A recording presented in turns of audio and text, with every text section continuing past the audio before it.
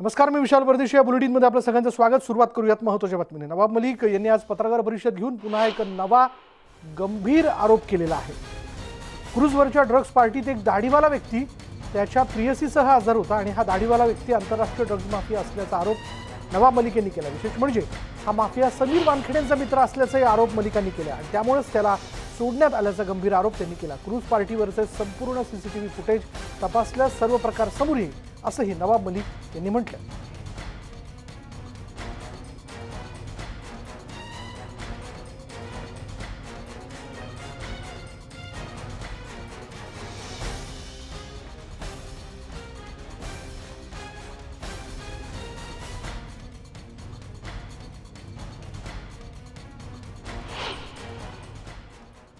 Cordelia क्रूजवर त्या दिवशी rave party झालेली आहे.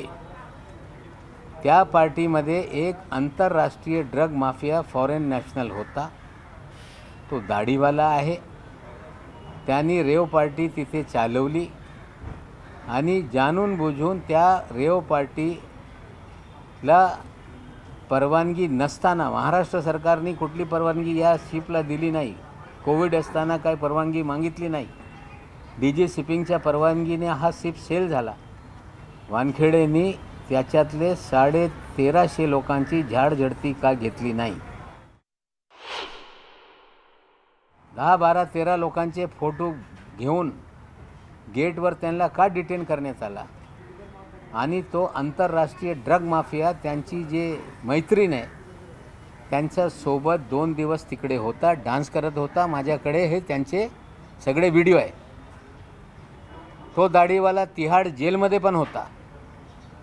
तो दाढीवाला राजस्थानच्या तुरुंगात होता अशी माहिती मिळते. आता त्या दाढीवालाकडे लक्ष द्या. तो समीर वानखेडे यांचा मित्र आहे.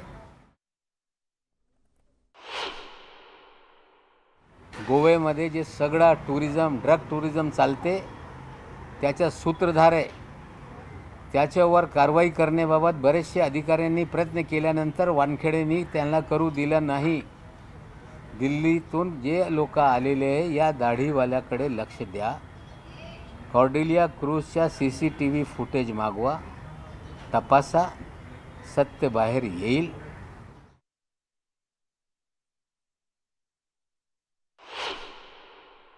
हमें लगता है कि इस पूरे खेल में जो दाढ़ी वाला है उसकी मित्रता वानखेड़े साहब से भी है. कुछ अधिकारी मुझे बता रहे हैं कि गोवा में भी उनका बहुत बड़ा रैकेट चलता है. लेकिन जब छापेमारी की बात आती है वानखेड़े साहब उस छापेमारी से भाग लेते रहे.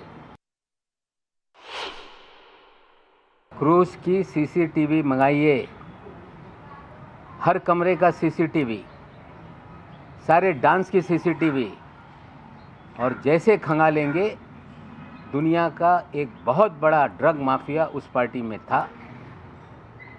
उन्हीं लोगों ने ये पार्टी आयोजित की थी. खेल तो हो गया, लेकिन खेल का खिलाड़ी दाढ़ी लिए हुए क्यों घूम रहा है इसका जवाब एनसीबी को देना पड़ेगा. ये सारी चीज़ें हैं जो मैं बोल रहा हूँ. आने वाले दिनों में उसको आप लोगों के सामने रखूँगा. लेकिन मैं क्लू दे रहा हूँ, जो लोग दिल्ली से इतनी बड़ी कॉम्पिटेंट एजेंसी है जांच के लिए आए हैं, इसके तरफ भी ध्यान देने का काम करें. आणि क्रूज केस प्रकरणावर रोज नवनवीन माहिती समोर येते. रोजच नवे दावे केले जात आहेत आणि आता पंचाचा मुद्दा गाजतोय. प्रभाकर साहिलने गेल्या काही दिवसांपूर्वी दाखवलेल्या फोटोतील व्यक्ती हा सॅम डिसूजा नसल्याचा दावा करण्यात आला. तर दुसरीकडे एनसीबीने केलेल्या कारवाईतील प्रकरणातील पंच शेखर कांबळे आता समोर आला. नायजेरियन ड्रग्ज प्रकरणात कांबळे यांची पंच म्हणून 10 ते 12 कोऱ्या कागदांवर त्यांची सही घेण्यात आल्याचं त्यांनी सांगितलं.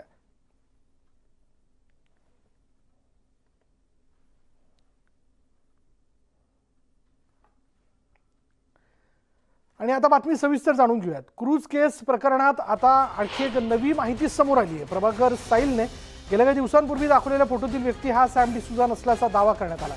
हैनिक भरत बाफना नावाच्या व्यक्तीने या संदर्भात खुलासा केला. हैनिक बाफनाने दिलेल्या माहितीनुसार प्रभाकर साहिलने माझे फोटो आणि मोबाईल नंबर व्हायरल करत त्याचा दुरुपयोग केल्याचा दावा बाफनाने केलाय. दरम्यान काही महिन्यांपूर्वी प्रभाकर साईंसोबत काही कामानिमित्त भेट झाल्याचंही बापनाने सांगितलं आणि त्यामुळे आता प्रभाकर साईंने कोणाचा फोटो दाखवला असा सवाल आता उपस्थित होतोय। तसंच बापनाने फोटो प्रभाकरने का वापरला हा सवालही उपस्थित होतोय।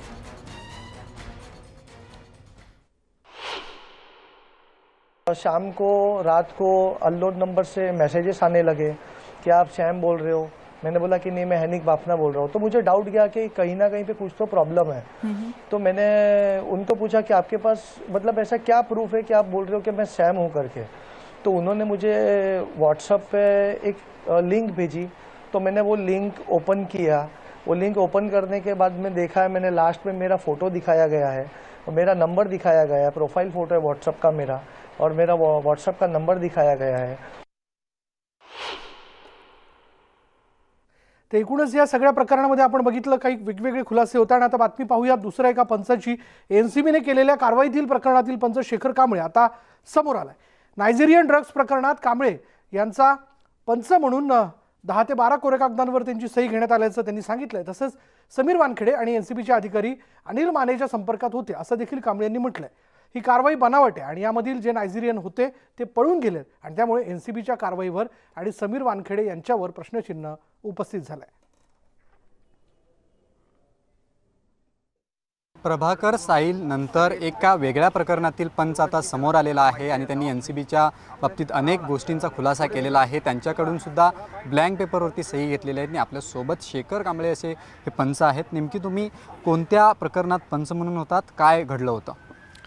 एक खारघरची केस आहे, केस नंबर आहे 80/21, जे खारघरचे एका नायजेरियनला पकडलं गेलं। त्याच्यावरती 60 ग्रॅम MD दाखवण्यात आलं। तो नायजेरियन नव्हता। जो नायजेरियन ड्रग्स सप्लाय करत होता तो पळून गेलेला होता। तिथे एका एनसीबी अधिकाऱ्याला धक्का मारून तो पळून गेलेला होता। तर आम्ही दुसऱ्या ठिकाणी त्यांच्या किचनवरती गेलो असता तिथे 50 ते 60 नायजेरियन होते। त्यातमधले 2 नायजेरियन पकडले गेले। जे पळत होते, जे हाताला लागले ते भेटले आणि 2 भेटल्याच्या नंतर ना दोघाला ऑफिसला घेऊन गेले। ऑफिसला घेऊन गेल्याच्या नंतर एक नायजेरियन व्यक्ती जो आहे त्याला सोडण्यात आलं। एकाला वरती केस करण्यात आली, ज्याला 60 ग्रॅमची रिकव्हरी दाखवण्यात आली आहे। आणि मी 3 दिवसानंतर ना मला ऑफिसमध्ये बोलवण्यात आलं आणि माझ्यावरती ब्लँक पेपरवरती माझ्याकडून सह्या घेण्यात आल्या पंचनाम्यासाठी। 10 पेपरवरती म्हणते तुम्ही की सह्या घेतलेल्या आहेत, 10 ते 12। तुम्ही त्याला विचारलं नाहीत की ब्लँक पेपरवरती का सह्या घेताय? मी विचारलं त्यांना, तर ते बोलले की तू टेन्शन नको घेऊ, काय नाही, आम्ही पंचनामा आम्ही टाईप करू, तू फक्त साईन कर। कारण की आम्हाला पंचनामा टाईप करायला टाईम जाणार खूप, 3 दिवस झालते।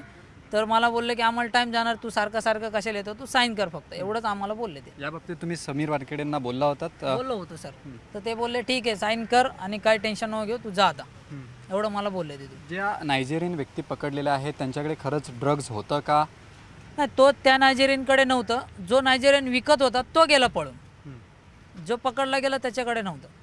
आज तुम्ही या गोष्टींचा का खुलासा करताय? कधी हे प्रकरण घडलेलं आहे? हे प्रकरण ऑगस्टचं आहे, पण ॲक्च्युली काल ते लेटर आलं, त्या लेटरमध्ये ह्या केसचा जिकर होता। हे उल्लेख केलेला की खारघरला नायजेरियनमध्ये 60 ग्रॅममध्ये पकडलं आणि तो फर्जी केस बनवली आहे। त्याच्यामुळे मी घाबरलो गेलो आणि म्हणून मी आता समोर आलो आहे, कारण की त्या केसचा पंच मी आहे आणि माझ्या पण खोट्या ब्लँक पेपरवरती सह्या घेतलेल्या आहेत। एनसीबीचे कोणते अधिकारी तुमच्या संपर्कात आहे? तुम्हाला कोणाचा फोन आला होता का? समीर वानखेडे तुमच्या संपर्कात असतात का? हो, समीर वानखेडे सर संपर्कात असतात। ते नायजेरियन व्यक्तीसाठी मला कॉल करतात आणि काल रात्री पण मला अनिल माने सरांचा फोन आलेला आहे, त्यांच्याशी वार्ता झालेली ह्याच गोष्टीवरती। त्यांना मी तेच बोललो की आता हे केसचं सर लेटरमध्ये डिटेल्स आली आहे आणि त्या गोष्टीचा पंच मी आहे, तुम्ही पण माझ्याकडून ब्लँक पेपरवर सह्या घेतल्यात, मी आता काय करू, मी काय बोलू? तर ते बोलले तू घाबरू नको, तू उद्या ऑफिसला आहे, एवढं बोललो मी त्यांच्याशी आणि रात्री मी त्यांचा फोन ठेवून दिला। अनिल माने हे कोण आहेत आणि तुम्ही दाखवू शकता का त्यांचा कॉल व्हॉट्सअपला आले होते की नॉर्मल याच्यावरती आले होते? व्हॉट्सअपला कॉल आले होते आणि एनसीबीचे ऑफिसर आहेत ते। बस। तुम्ही काय करता? तुमचा व्यवसाय काय आहे? हॉटेल मॅनेजमेंट केलेलं आहे, मी हॉटेलमध्ये सुपरवायझर आहे। एनसीबीशी तुम्ही कसे जोडले गेलात? हे ड्रग्स पेडलर जे ड्रग्स विकतात ना त्यांना आम्हाला संपवायचं होतं, जे ड्रग्स विकतात त्यांना आम्हाला पकडायचं होतं, म्हणून आम्ही त्यांच्या संपर्कात गेलो। बस, याच्या व्यतिरिक्त हे संपूर्ण प्रकरण बनावट आहे असं म्हणायचं आहे तुम्हाला? बनावट आहे, कारण की सर जो व्यक्ती पळून गेला आणि जो पकडला गेला त्याचा काही संबंध नाही। एका हॉटेलमध्ये तुम्ही गेल्याच्या नंतर ना जेव्हा जेवायला बसता त्याच्यामध्ये एक आरोपी असेल, तर तुम्ही तो पळून गेला तर तुम्ही दुसरा कुणाला पण नाही पकडू शकत ना। आता तुम्ही काय पुढे स्टेप घेणार आहात? मी आता जाऊन विचार करून मी पोलीस कंप्लेंट करणार आहे. धमकीचे फोन येत आहेत? सर अजून मला कुठला कॉल आलेला नाही. नक्कीच या बाबतीत मी भूमिका घेणार असं त्यांनी सांगितलंय. जर गरज पडली तर पोलीस स्टेशनमध्ये जाऊन तक्रारसुद्धा देणार असं हे पंच शेखर कांबळे यांनी सांगितलेलं आहे. Video journalist Arun पेडणेकरसह Vishal Patil, news 18 Lokmat, Navi Mumbai. हैनिक Bafna, Shekhar Kamble यांच्याबरोबरच पंच किरण गोसावी याचंही नाव पुढे आलं. आर्यन खान प्रकरणी किरण गोसावी हा पंच आहे. किरण गोसावी हा पुण्यात दाखल होणार असल्याची सूत्रांची माहिती होती आणि त्याचबरोबर तो कोर्टात शरण जाणार असल्याची सूत्रांची माहिती आहे. काही दिवसांपासून गोसावी हा फरार आहे आणि त्याच्यावर काही गुन्ह्यांची नोंद आहे. पुणे पोलीस गोसावीच्या मागावर होते. गोसावीवर काही गुन्ह्यांची नोंद यापूर्वीही झालेली आहे.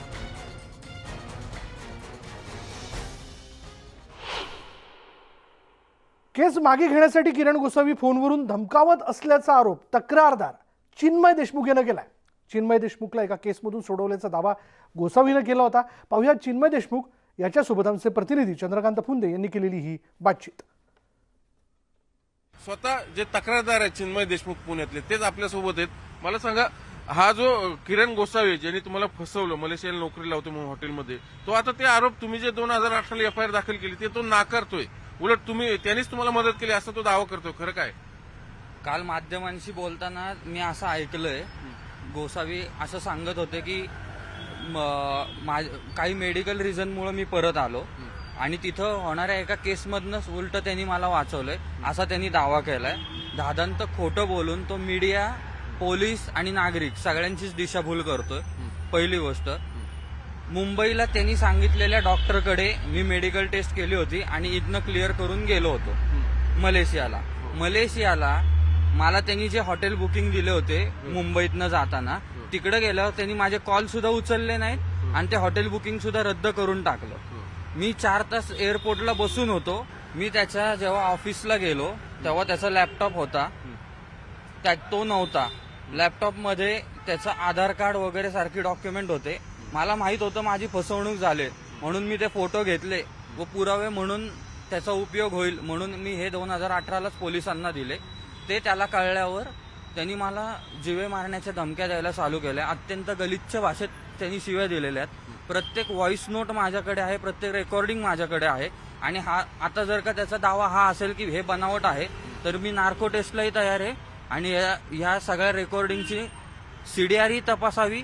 या रेकॉर्डिंगचं फॉरेन्सिक माध्यमांसमोर तो दावा करतोय सगळं धादान खोटं आहे, पूर्णपणे खोटं आहे. आता तुमची पोलिसांकडे काय मागणी आहे? पुणे पोलिसांचं पथक लखनौला गेलं त्याला शोधायला, तर आता तो आल्यानंतर, अटक केल्यानंतर तुमच्या आणखीन काय काय डिमांड असतील पोलिसांकडे? हे सगळं प्रकरण तडीस तर न्यावं, तुमची फसवणूक झाली, 3 लाखांची ती वसूल होते, ते सगळं मान्य आहे, पण तो कसा खोटं बोलतोय हे तुम्ही कसं एक्सप्लेन करणार? अहो, माझ्यासारखे फसवणूक झालेले विविध राज्यातील अजून 4 जण माझ्या संपर्कात आहेत. पालघरला एकट्याने आणखीन आहेत. अहो, ह्याचं रॅकेटच आहे, आंतरराष्ट्रीय रॅकेट चालवत असणारे हा. पालघरला अजून एक गुन्हा दाखल झालाय आता, ती पण 2018चीच केस आहे. त्याच्यात तर यांनी त्या मुलांना खोटे एअर तिकीट आणि खोटा व्हिसा दिलेला आहे. आंतरराष्ट्रीय जर का खोटे डॉक्युमेंट हा तयार करू शकतो तर हा किती पोहोचलेला आहे हा नागरिकांनी विचार करावा. Journalist Ganesh Kadam, Chandrakant Phunde, news 18 Lokmat, Pune. यानंतर बातमी आणि बरंच काय मध्ये वेळ झाली का ब्रेकची? ब्रेक घेऊया. पहा फक्त न्यूज 18 लोकमत.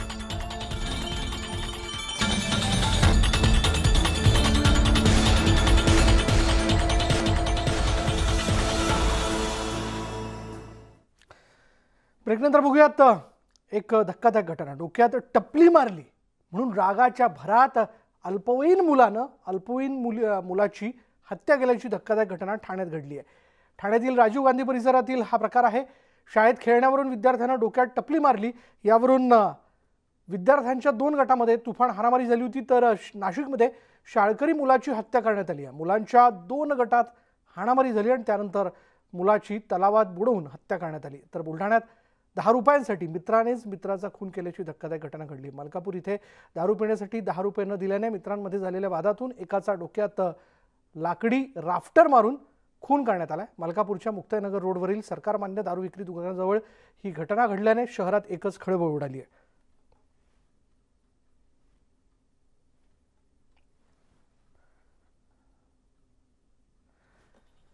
यानंतर बातमी आणि बरंच काय मध्ये इथेच थांबणार आहोत. पहा फक्त न्यूज 18 लोकमत.